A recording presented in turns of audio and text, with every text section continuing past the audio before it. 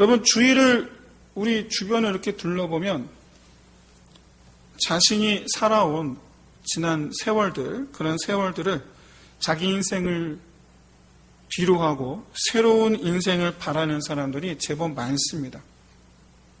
언제 그런 마음이 생기나? 내 인생이 잘못되었다라고 느낄 때, 내가 잘못했든, 상황이 안 좋아졌든, 아무튼 이대로는 안 된다라는 생각이 들 때, 우리는 새로운 인생을 바라게 됩니다. 야곱은 아버지와 형을 속이고 자기 것이 아닌 것을 가로챘는데, 남도 아닌 자기 가족의 것을 가로채는 이기적이고 자기중심적인 사람이었습니다. 그리고 그 결과 그는 집에서 쫓겨났고 이제 완전히 혼자가 되어버렸습니다. 가족 중에 누가 야곱을 쫓아낸 게 아니라 그냥 상황이 그렇게 됐습니다. 그런 야곱이 베델에서 하나님을 만난 후에 이제 하란에 도착을 했습니다. 지금 야곱의 마음이 어떨까? 기대감으로 가득할까? 아니면 불안감으로 가득할까? 한 가지 분명한 것은 야곱은 분명 자신의 잘못과 실수로 가득한 과거를 벗어나고 싶어 했을 것이다. 새로운 삶을 살고 싶어 할 것이다. 저는 그렇게 생각합니다. 사람은 부끄러운 과거가 있으면 벗어버리고 싶어 합니다. 자기도 변화되고 싶어 합니다. 그래서 새로운 삶을 시작하고 싶어 합니다. 이전 것은 다 지나가고 새 것이 되는 그런 삶을 살고 싶어 합니다. 그런데 오늘 본문을 보시면 하나님께서 야곱에게 바로 그런 기회를 주시고 계신 것을 발견할 수가 있습니다. 하나님께서 그 기회를 주신다. 오늘 본문의 메시지가 바로 이거예요. 하나님께서 주신다. 그러면 누구나 새로운 전환점을 필요로 하죠. 그런데 그렇다고 해서 그런 것들이 누구나 원한다고 해서 찾아오는 것 아닙니다. 또 원할 때 찾아오는 것도 아닙니다. 야곱은 하나님께서 주도적으로 하나님께서 그의 인생을 새롭게 변화시키고 계시다. 야곱은 지금 현재 내일이 불확실해서 불안에 떨고 있는데 하나님께서 그런 야곱을 지금 인도하고 계시다. 그래서 우리는 오늘 말씀을 통해서 한 가지, 우리 인생의 새로운 전환점이 필요하다, 원한다. 그렇다면 사랑하는 성도 여러분, 하나님께 나아오시기를 주의 이름으로 축원드립니다. 하나님께서 그렇게 해 주실 줄로 믿습니다. 그리고 오늘 본문 속의 야곱은 자신을 향한 이 하나님의 섭리를 깨닫지 못하고 있지만, 보지 못하고 있지만, 느끼지 못하고 있지만, 듣지 못하고 있지만, 최소한 오늘 본문 말씀을 듣는 우리 모든 성도 여러분들께서는 야곱의 하나님이 내 하나님이다. 야곱의 하나님이 내 하나님이라는 것을 믿는 믿음 안에서 오늘 본문을 바라보시면서 인생의 새로운 전환점으로 야곱을 인도하시는 하나님, 바로 나를 인도하시는 그 하나님이시라는 것을 깨닫는 저와 여러분 되시기를 주의 이름으로 축원드립니다. 그러면 하나님께서 야곱에게 어떻게 새로운 인생의 전환점으로 이끌고 계시는가? 어떻게? 그리고 야곱을 변화시키시려고 주도적으로 하나님께서 역사하시는 것, 우리는 무엇을 통해서 확인할 수 있는가? 바로 오늘 본문 속에 이 배경인 우물과 그리고 라헬과의 만남이 두 가지를 통해서 우리가 이것을 확인해 볼 수가 있습니다. 그러면 창세기 속에 담겨 있는 이 족장들에 관한 이 수많은 이야기들, 스토리들을 연극 무대처럼 연극 무대로 이렇게 꾸며서 본다면 이 무대 배경 있죠. 이 무대 배경으로 사용된 것들 가운데 우물이 있습니다. 근데 제법 많이 나와요. 이 우물이 족장들의 이야기라는 제목의 연극 무대에 우물이 많이 등장합니다. 이게 우연인지 몰라도 아브라함과 이삭 모두 그들의 이야기 속에 우물이 있어요. 자주 나와요. 그런데 이 우물이 언제 등장하느냐? 죽느냐 사느냐 이 경계선에서 살리시는 하나님의 역사, 살리시는 하나님의 역사가 나타날 때, 그럴 때 바로 이 족장들의 삶의 배경에 자리하고 있어요. 우물이 상징하는 게 뭡니까? 하나님께서 인도하시는 생명의 길. 이 우물이 상징하는 거예요, 이게. 최소한 여러분 족장들 이야기 속에 등장하는 이 우물은 하나님께서 그들을 살리신다. 하나님께서 그들을 생명의 길로 인도하신다라는 것을 암시하는 역할을 합니다.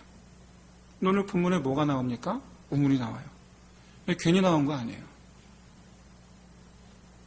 참고로 야곱은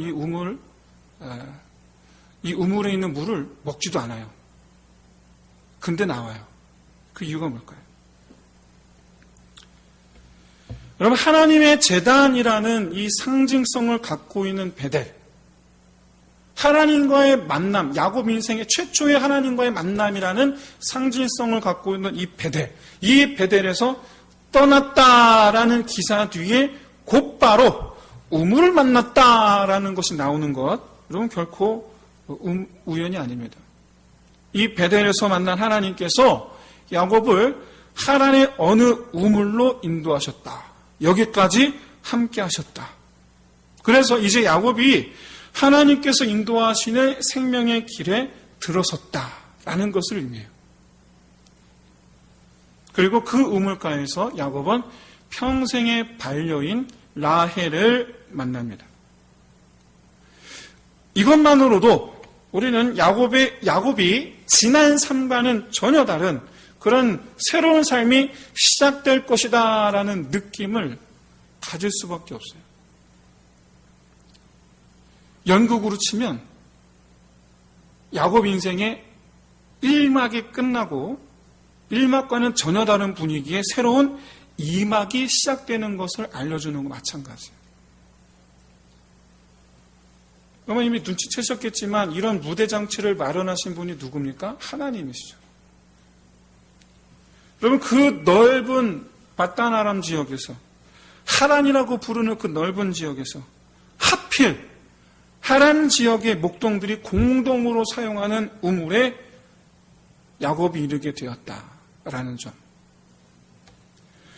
보통 여러분 양떼를 모는 일은 아들들이 하죠. 그런데 딸인 라헬이 하필 그 시간에 오빠들을 대신해서 양떼들을 몰고 나타났다는 점.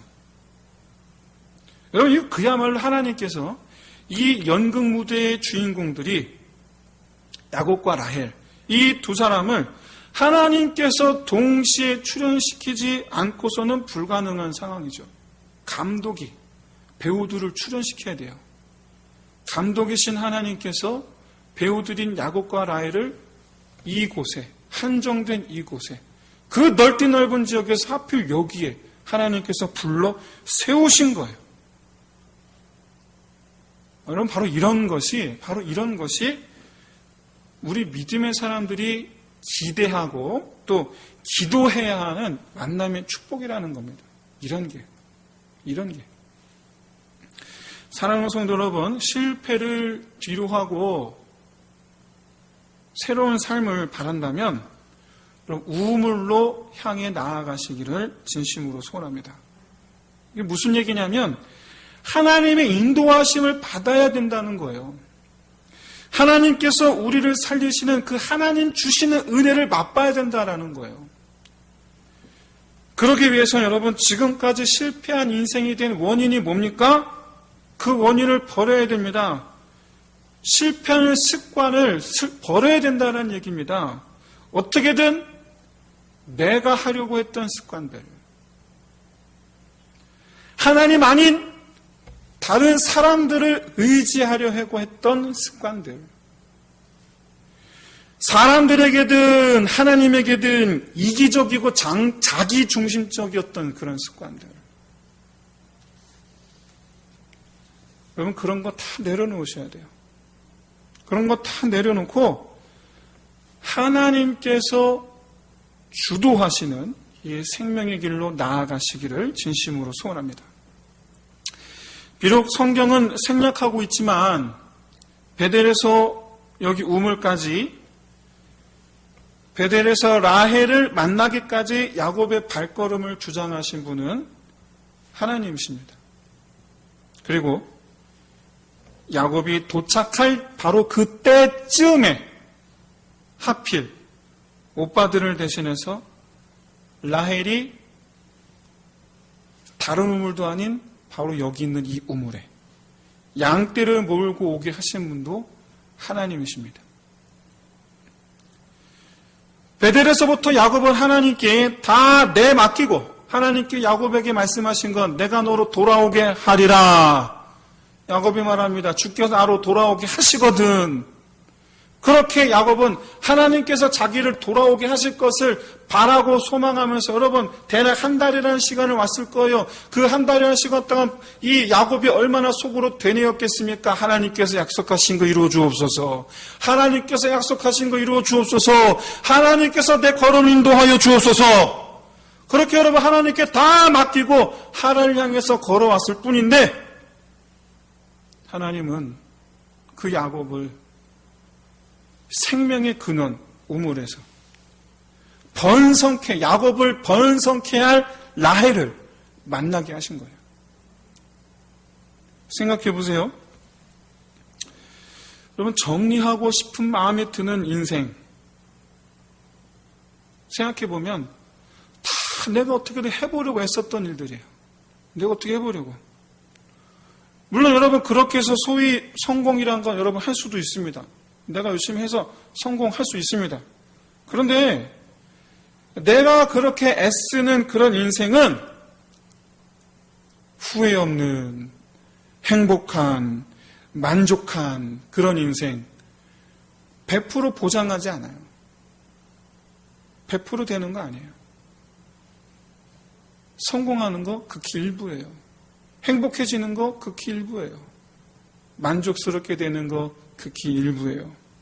하지만 100% 만족하게 되고 100% 행복하게 되고 100% 후회 없게 되는 그런 인생의 방법이 있습니다. 그것은 바로 무엇이냐면 하나님께서 주도하시는 인생입니다. 하나님께서 내 인생을 주도하시면 100% 만족하고 후회 없고 행복한 인생이 될 줄로 믿습니다. 사랑하는 성도 여러분, 새롭게 시작하고 싶으시다면 하나님께 완전히 다 내어 맡기시기를, 야곱처럼 하나님께서 나를 돌아오게 하여 주시기를, 하나님께서 나를 돌아오게 하여 주시기를, 하나님께서 그렇게 해 주시기를, 하나님께서 나를 인도해 주시기를, 그렇게 마음으로 바라고 간절히 바라고 소원을 나갔던 야곱처럼 그렇게 하나님께 내어 맡기는 저 여러분 되시기를 진심으로 소원합니다. 여러분 누구보다도 하나님께서 그걸 원하세요.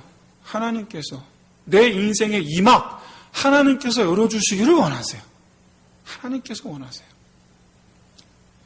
하나님께서 야곱이 제2의 인생 이막을 새롭게 열 수 있도록 도와주시는데 첫 번째 단계 바로 라헬을 만나게 해주시는 거예요. 근데 여러분 오늘 본문을 보시면 우리가 주목해 보아야 될 점이 라헬이 양떼를 몰고 나타났다는 점입니다. 이게 뭐 대단한 의미가 있느냐, 그렇게 말씀하실 수도 있어요. 그런데 오늘 본문의 29장 9절에 있는 말씀, 라헬이 그의 아버지의 양과 함께 오니 라는 이 말씀을 우리가 히브리인들의 입장에서 히브리 성경으로 보면, 우리말이 아니라 히브리 성경으로 보면 라헬이라는 단어가 암양을 뜻합니다. 암양. 그러니까 히브리 말로 읽으면 암양이 양떼를 몰고 왔다가 되는 거예요. 암양이 양떼를 몰고 왔다. 여러분, 이 말씀에서 여러분 기시감을 느낄 수 있으시기를 바랍니다. 바로 하나님께서 야곱에게, 성경에 보면 하나님의 백성을 양떼로 비유하지 않습니까? 근데 하나님께서 야곱에게 하나님 백성들로 상징되는 이 양떼를 그의 아내가 될 암양이 몰고 오는 거예요. 무슨 말입니까? 라헬을 통해서 하나님의 백성, 하나님 약속의 성취를 이룰, 그 약속을 지금 이루시는 것을 보여주는 거예요. 한마디로 여기서 라헬은 야곱으로 하여금 번성케 할 암양이에요.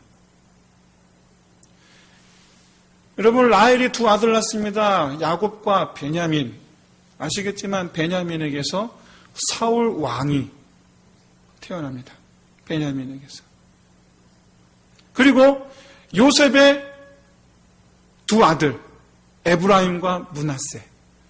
그 가운데에서 에브라임이 북이스라엘의 왕조를 열게 되는 여로보암 왕이 나오게 됩니다. 라헬의 아들 베냐민이 최초의 이스라엘 왕이 되고 라헬의 손자가 되는 에브라임이 북이스라엘을 열게 되는 거예요. 이스라엘의 머리가 되는 거예요. 머리가. 자우지간 돌아와서 이처럼 하나님께서 라헬로 하여금, 즉 히브리 성경대로 암양이 양떼를 몰고 왔다. 이 자체가, 그것도 야곱에게 이 자체가 의미하는 것. 그를 풍성케 할 사람을 만나게 하셨다. 아멘. 이런 사람 만나는 저 여러분 되시기를 주의 이름 축원드립니다. 이것이 바로 하나님께서 야곱에게 열어주실 인생 제2막이라는 거예요. 여러분, 야곱이 라헬을 사랑하게 된 건 여러분 결코 우연이 아닙니다.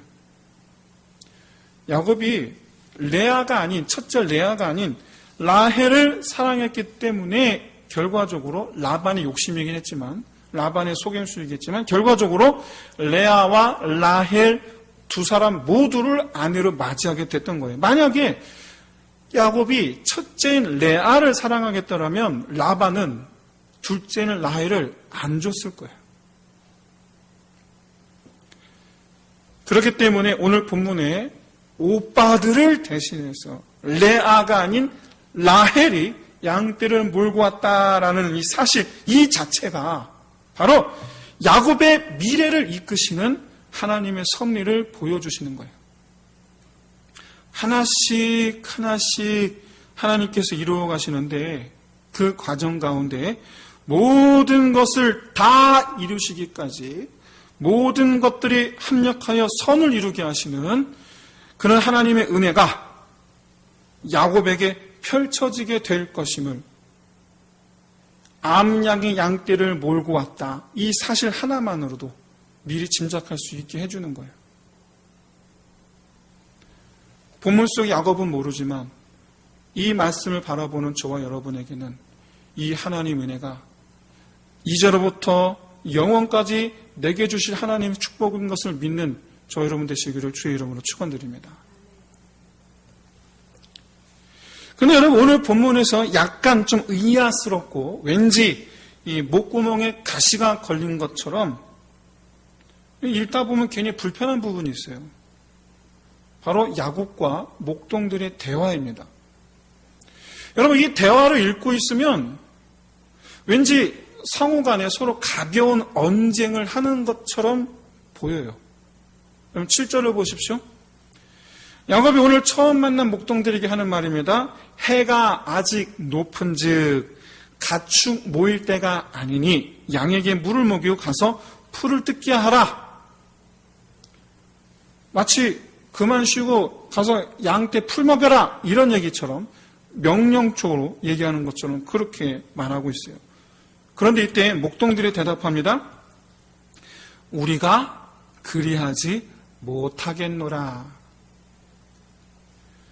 때가 다 모이고 목자들이 우물 아귀에서 돌을 옮겨야 우리가 양에게 물을 먹이느니라. 야곱이 이래라 저래라 하니까 목동들이 그러지 못하겠다. 그렇죠? 왠지 느낌상 야곱이 남의 양떼 같고 이래라 저래라 하는 것 같아서 좀 불편하죠. 왠지 야곱이 좀 오만해 보이는 것 같아요.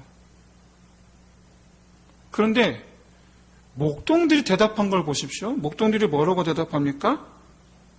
양에게 물을 먹이느니라. 즉 양떼 풀을 먹이러 떠나는 것에 대해서 얘기하지 않고 물 먹는 것만 얘기해요. 이게 무슨 얘기냐면 야곱이 목동들에게 이래라 저래라 하는 것이 아니고 자기가 지금 물을 마시고 싶다라고 의사표현을 한 거예요. 2절에 보시면 이 우물을 보존하기 위해서 평소 사용하지 않을 때에는 큰 돌로 막아 놓았다라고 말씀하고 있어요. 3절에 보시면 그럼 언제 이 큰 돌을 옮겨서 물을 마시게 하느냐? 모든 양떼가 모일 때. 그러니까 지금 현재 이 지역에, 이 우물이 있는 이 지역에 나와 있는 양떼들, 이 모든 양떼들이 다 모일 때, 그때 이 돌을 옮기는 거예요. 그러니까 현재 이 들판에 나와 있는 모든 목동들이 다 모이게 되겠죠?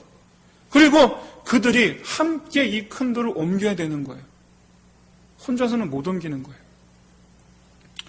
한마디로 말해서 야곱은 지금 자기가 혼자서 우물물을 마실 수가 없으니까 목동들이 이 돌을 옮겨주어야지 물을 먹을 수가 있어서 그래서 좀 이 돌을 옮겨달라는 얘기예요.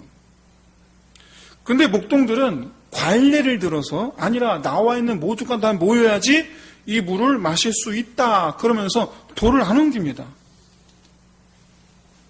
그러니까 지금 야곱이 물을 못 마시는 거예요. 물을 못 마시니까 우물 곁을 떠날 수가 없는 거예요. 야곱은 지금 물을 마시고 싶으면, 즉 여기서 이 우물물을 마시고 싶으면 목동들이 기다리는 바로 그 목동이 와야만 물을 먹을 수가 있어요.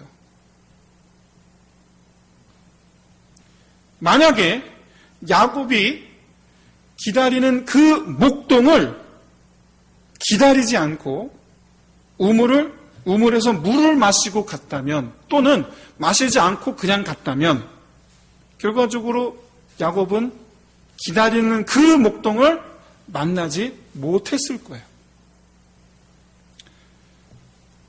여러분 성경이 문맥상 빠져도 상관없을 것 같은 이 야곱과 목동들을 왜 넣으셨을까?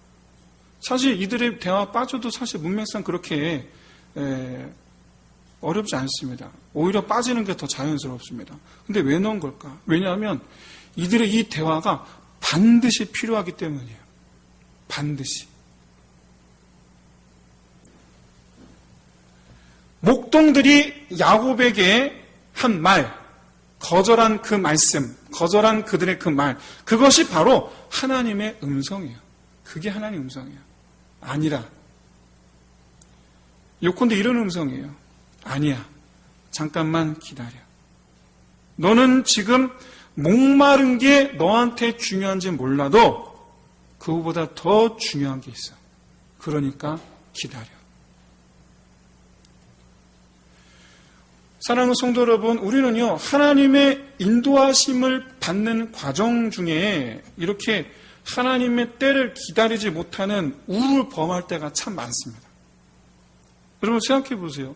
야곱이 자기가 하고 싶은 대로, 그래서 목동들을 잘 설득해서 끝내 그 우물 위에 큰 돌을 옮겨서 물을 마시고 길을 떠났다면 기다리는 그 모든 목동들이 기다리는 바로 그 목동, 라헬이잖아요. 그를 만나지 못해요.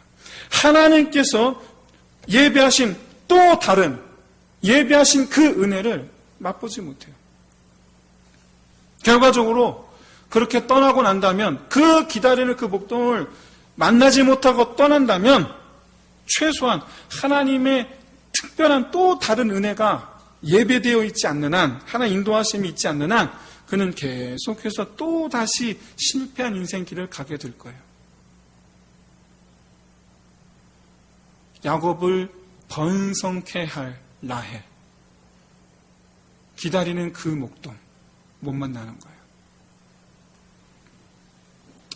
어떤 분께서는 하나님은 왜 자유의지를 주셔놓고 하나님의 뜻에 순종하도록 강제하시냐, 왜 내 마음대로 못하게 강제하시느냐라고 불만을 제기하실지도 모르겠습니다.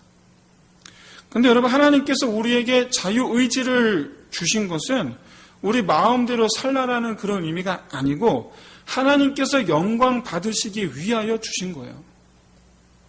나의 의지로 하나님을 예배하고 나의 의지로 하나님께 순종하는 것. 그게 하나님께서 영광 받으시는 거예요. 하나님께서 지으신 피조세계, 갈대가 춤을 춥니다. 갈대의 그 춤을 통해서 영광 받는 사람 없습니다. 물론 하나님은 기뻐하시겠지만, 그러나 그 갈대의 춤을 통해서 하나님은 기뻐하실지 모르겠지만 영광 받으시는 건 아니에요. 그러나 모든 사람들, 주의 백성들이 하나님을 찬송하며 하나님께 이처럼 하나님 앞에서 춤을 출 때 하나님 그때 영광 받으실 줄로 믿습니다. 사랑하는 성도 여러분,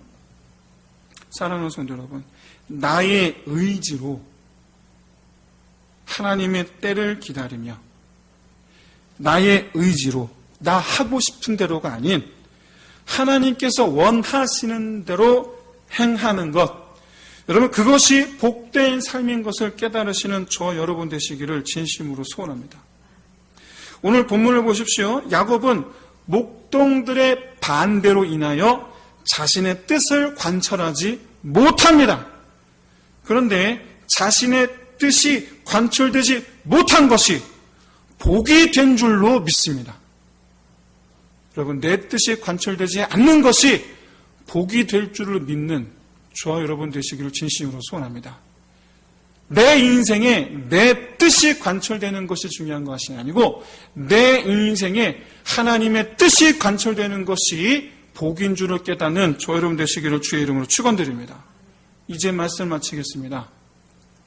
사랑하는 성도 여러분, 우리는 비록 하나님의 뜻과 계획을 알 수는 없지만은 하나님의 섭리는 허투루 역사하는 것이 하나도 없고 하나님의 섭리는 버릴 것이 없다라는 거예요. 다 내게 소용 있는 거예요. 다 나를 위해서 합력하여 선을 이루게 하시기에 역사하시는 거예요. 그러므로 이 하나님의 섭리, 그 하나님의 섭리가 때로는 내 뜻과는 안 맞을 수 있어요. 그러나 야곱이 목말랐기 때문에 기어코 우물을 먹어야 했기 때문에 그래서 목동들이 그 물을 그 큰 돌을 옮겨 줄 때까지 기다려야 했기 때문에 그래서 라헬을 만나게 된 것. 목마름을 참아야 했기 때문에 그래서 라헬을 만나게 된 것. 내 뜻이 반드시 관철되어야만 복이 아니라 그렇게 하나님의 뜻이 이루어지기를 기다리는 것. 그것이 복인 줄을, 그와 같은 복을 누리는 저와 여러분 되시기를 진심으로 소원합니다. 내 뜻대로가 아닌 하나님의 뜻대로, 이것이 저와 여러분의 인생의 모토가 되고 선택의, 인생의 여러 갈림 가운데에 내가 해야 할 선택의 기준, 하나님의 뜻대로, 이 기준이 되시기를 진심으로 소원합니다. 하나님께서 주도하셔야만 내 인생이 복으로 넘치게 될 줄로 믿습니다. 여러분, 하나님의 인도하심 속에서 다시 한번 자기 뜻을 드러냈다가 반대에 부딪힌 야곱. 우리도 그럴 수 있습니다. 하지만 여러분, 그럴 때 속상해하지 마시고 하나님의 섭리를 믿으시고 기다릴 수 있는 저와 여러분 되시기를 바랍니다. 그럴 때 하나님은 목말라 죽을 것 같을 때 우물을 만나게 하신 것처럼 우리 영혼을 살리시고 그 가운데서 기다리게 하심으로 우리를 풍성케 할 이 축복을 누리게 하여 주실 줄로 믿습니다. 그렇게 새로운 인생에 하나님께서 주도하심으로 새로운 인생의 전환점을 맞이하는 저와 여러분 되시기를 주의 이름으로 축원드립니다. 기도하겠습니다.